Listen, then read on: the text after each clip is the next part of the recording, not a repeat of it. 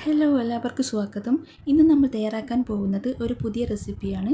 ചപ്പാത്തിയുടെ കൂടെ കഴിക്കാൻ പറ്റിയ രുചിയേറിയ വഴുതനങ്ങ കറി. വഴുതനങ്ങ കറി തയ്യാറാക്കുന്നത് എങ്ങനെയെന്ന് നോക്കാം.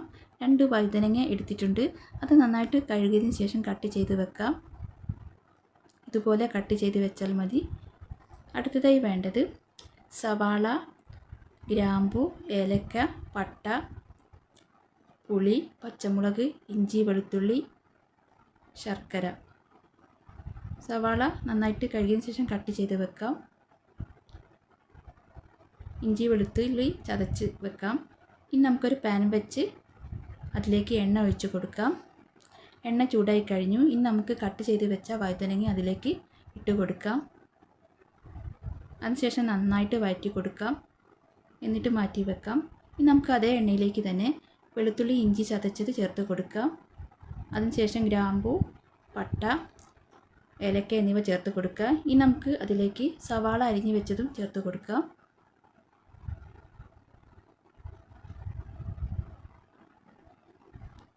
ഇതൊന്ന് വഴന്ന് വരുമ്പോൾ അതിലേക്ക് മഞ്ഞൾപ്പൊടി, മുളക് പൊടി എന്നിവ ചേർത്ത് കൊടുക്കാം. അതിനുശേഷം നന്നായിട്ട് ഇളക്കി ചേർത്ത് കൊടുക്കണം.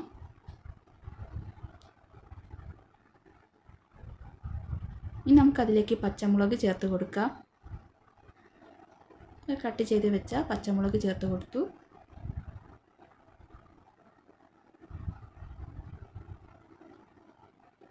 ഇനി നമുക്കിതിലേക്ക് പുളിവെള്ളം ചേർത്ത് കൊടുക്കാം.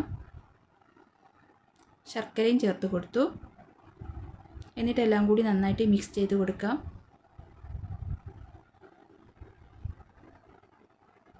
ഇനി നമുക്ക് വഴറ്റി വെച്ച വഴുതനങ്ങ അതിലേക്ക് ചേർത്ത് കൊടുക്കാം. ഇനി നമുക്ക് ആവശ്യത്തിനുള്ള വെള്ളം ചേർത്ത് കൊടുക്കാം. വെള്ളം ചേർത്തതിന് ശേഷം ഉപ്പ് ചേർത്ത് കൊടുക്കാം.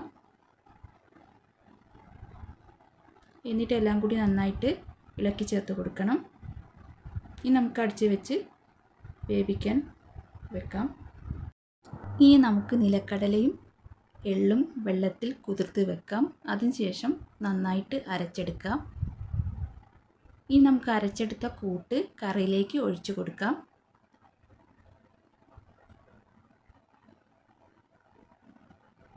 നിലക്കടലയും എള്ളും നന്നായിട്ട് അരച്ചെടുക്കണം.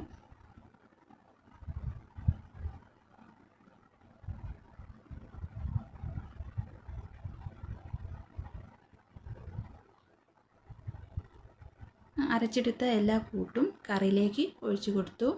ഇനി നമുക്ക് എല്ലാം കൂടി നന്നായിട്ട് മിക്സ് ചെയ്തെടുക്കാം.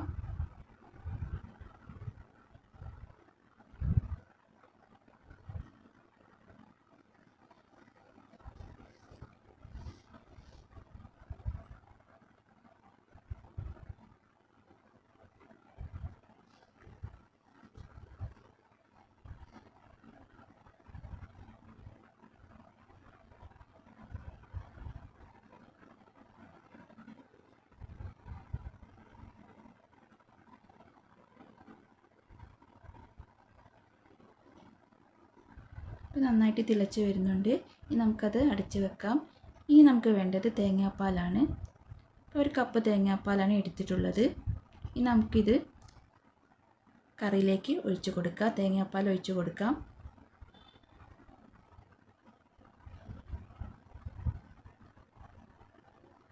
എന്നിട്ട് നന്നായിട്ടൊന്ന് ഇളക്കി ചേർത്ത് കൊടുക്കണം.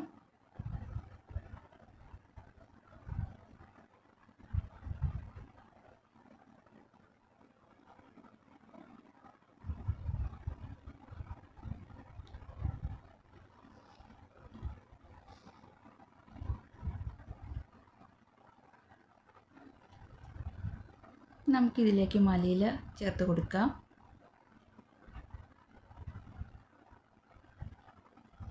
എന്നിട്ടൊന്ന് അടച്ച് വെക്കാം. അപ്പം നമ്മുടെ കറി തയ്യാറായി കഴിഞ്ഞു. ചപ്പാത്തിയുടെ കൂടെ കഴിക്കാൻ വളരെ രുചിയേറിയ കറിയാണിത്. വഴുതനങ്ങ കുഴമ്പ് കറി നിങ്ങൾക്ക് ഇഷ്ടപ്പെട്ടെങ്കിൽ ട്രൈ ചെയ്ത് നോക്കണം. പുതിയൊരു റെസിപ്പിയുമായി മറ്റൊരു വീഡിയോയിൽ കാണാം. Thanks for watching.